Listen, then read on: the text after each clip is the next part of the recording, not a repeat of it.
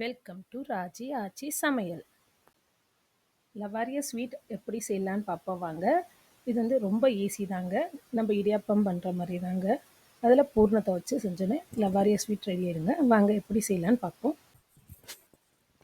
இதுக்கு தேவையான பொருட்கள்: அரிசி மாவு 1.5 கப் எடுத்திருக்கேன், ஒரு 1/4 கிலோ போல் வெல்லம், 1 கப் தேங்காய் துருவல், ஒரு 3 ஏலக்காய் எடுத்திருக்கேங்க. கூடவே நட்ஸு, உங்கள் வீட்டில் என்ன நட்ஸ் இருக்கோ அதை நீங்கள் சேர்த்துக்கலாம். இல்லை வேர்க்கடலை இருந்தால் கூட, வறுத்த வேர்க்கடலை இருந்தால் கூட அதை கூட நம்ம க்ரஷ் பண்ணி போட்டுக்கலாங்க. இப்போ நான் ஒரு 10 போல் பாதாம் எடுத்துருக்கேங்க. ஃபஸ்ட்டு பூர்ணத்தை ரெடி பண்ணிவிடுவோம்.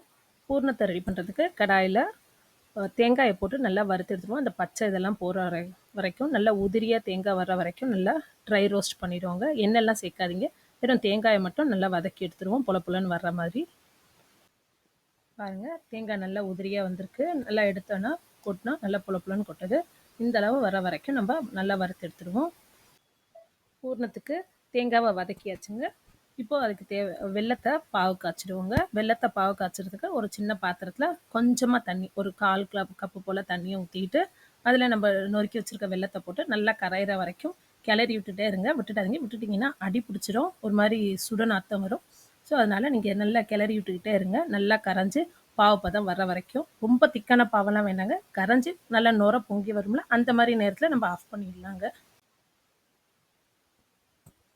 எனக்கு ஒரு 1.5 நிமிஷம் போல் ஆச்சுங்க வெல்லம் கட்டியெல்லாம் கரைஞ்சி வந்து இந்த மாதிரி நுரையா வர்றதுக்கு. இந்த மாதிரி நேரத்தில் இப்போ நம்ம இடித்து வச்சுருக்க 3 ஏலக்காய் இருக்குது, அந்த ஏலக்காயை ஆட் பண்ணிவிட்டு கொஞ்சம் கொதிக்க விட்டுட்டு ஆஃப் பண்ணிடலாங்க. ஆஃப் பண்ணி நம்ம ஆல்ரெடி வதக்கி வச்சுருக்கோம்ல தேங்காய், அந்த தேங்காய் துருவலில் இதை ஃபில்ட்ரு பண்ணி ஊற்றிடுவோம். ஏன்னா அப்படியே கூட ஊற்றிக்கலாம், பட் என்னென்னா வெள்ளத்தில் மண் இருக்குன்றதுனால கரகரன்னு இருக்கும், நம்ம சாப்பிடும்போது கொஞ்சம் அன்கம்ஃபர்டபுளாக இருக்குன்றதுனால ஃபில்ட்ரு பண்ணி ஆட் பண்ணிப்போம். நான் இந்த வெள்ளத்தை வடிகட்டுறதுக்கு டீ ஃபில்டர் தாங்க எடுத்தேன். ஸோ அதில் ஈஸியாக இறங்கலை, அதனால நான் இந்த மாதிரி ஸ்பூனோ இல்லை கரண்டியோ வச்சு கிளறி விட பொறுமையாக இறங்குங்க. இதே மாதிரி ஃபில்டர் பண்ணிக்கோங்க. இல்லை உங்கள்கிட்ட அந்த ஸ்டீல் ஃபில்டர் இருக்கும்ல, அதில் போட்டிங்கன்னா கூட சரசரன்னு இறங்கிடுங்க. இப்போது க்ரஷ் பண்ணி வச்சுருக்க நம்ம அந்த பாதாம், முந்திரி, என்னென்ன நட்ஸ் எடுத்துக்கிறோமோ அதெல்லாம் க்ரஷ் பண்ணி வச்சுருக்கிறதெல்லாம் ஆட் பண்ணிவிட்டு நல்லா ஒரு கிளறிடுவோம். அவ்வளோதான், பூர்ணம் ரெடி ஆகிடுச்சு. இப்போ இடியாப்ப மாவு பிசைஞ்சு எடுத்துடலாம் வாங்க. இடியாப்ப மாவு பிசைகிறதுக்கு அரிசி மாவு எடுத்துருந்தாலும் 1.5 கப்பு, அதில் தேவையான அளவுக்கு உப்பு கலந்து நல்ல ஒரு மாவோட சேர்ந்து அதை கிளறி எடுத்துகிட்டு அதுக்கப்புறம் தேவையான அளவுக்கு தண்ணி கொஞ்சம் கொஞ்சமாக ஊற்றி நல்லா மாவு உருண்டை மாதிரி வரணும். அந்த அளவுக்கு பதத்துக்கு கொஞ்சம் சாஃப்டாகவும் இருக்கணும், ரொம்ப இலகியும் இருக்கக்கூடாது. அந்த மாதிரி இடியாப்பம் புரியிற அளவுக்கு பதமான மாவாக கலந்து எடுத்துக்கோங்க.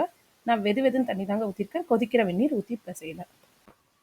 பாருங்கள், இந்த அளவுக்கு மாவு சாஃப்டாக உருண்டையாக வர்ற அளவுக்கு நம்ம பிசைஞ்சு எடுத்துப்போம். இப்போ வந்து இட்லி பாத்திரத்தை நம்ம ப்ரீஹீட் பண்ணலாம். இட்லி பாத்திரத்தை ப்ரீஹீட் பண்ணுறதுக்கு அடுப்பை பற்ற வச்சு இட்லி பாத்திரத்தை வச்சு அதில் ஒரு 2 கிளாஸ் போல் தண்ணியை ஊற்றிட்டு நடுத்தட்டை வச்சு மூடி வச்சுருவாங்க. நம்ம லவாரிஸ் எல்லாம் ரெடி பண்ணுறதுக்குள்ளே இது தண்ணியும் கொதிச்சு வந்துடும். அப்போ கரெக்டாக இருக்கும் நம்மளுக்கு வச்சு அவிக்கிறதுக்கு. லவாரியா ரெடி பண்ணிடலாங்க. லவாரியா ரெடி பண்ணுறதுக்கு வாழை இலை எடுத்துருக்கேங்க. வாழை இலை எண்ணெய் தடவிட்டு நல்ல இடியாப்பம் பரவலாக புழிஞ்சு அதில் ஒரு 2 டேபிள் ஸ்பூன் போல் நம்ம செஞ்சு வச்சுருக்க பூர்ணத்தை வச்சு மடிச்சிடுவோங்க.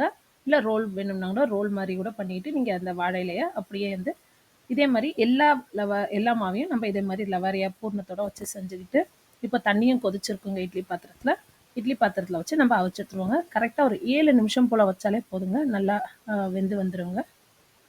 இட்லி பாத்திரத்தை மூடி வச்சு அவிங்க.